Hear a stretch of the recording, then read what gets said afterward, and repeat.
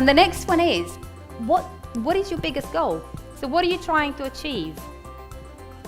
And what does happiness mean to you as an individual? Because we're all different. So happiness to you might mean going out with your friends every Friday night for a couple of pints. Or happiness to you might be getting more money, or buying a bigger house, or being in a happier relationship.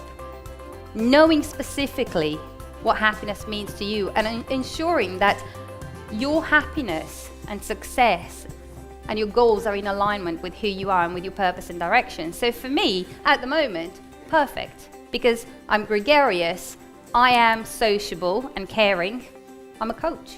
My purpose is to make people happy. So I'm in alignment, which means I'm not just setting goals, but I'm living a dream.